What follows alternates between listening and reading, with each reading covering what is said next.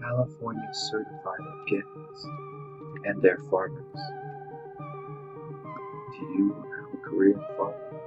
This is the best new way, and it's the best, brightest future in short for your family and for you. Health, all that given to those who invest a little bit more, tiny sums, into their future.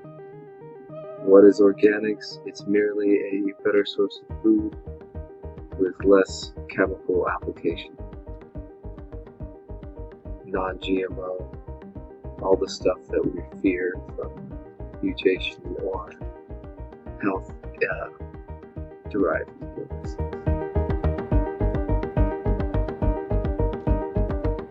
Buy it at any supermarket, really. Easy. Sprouts is one of mine.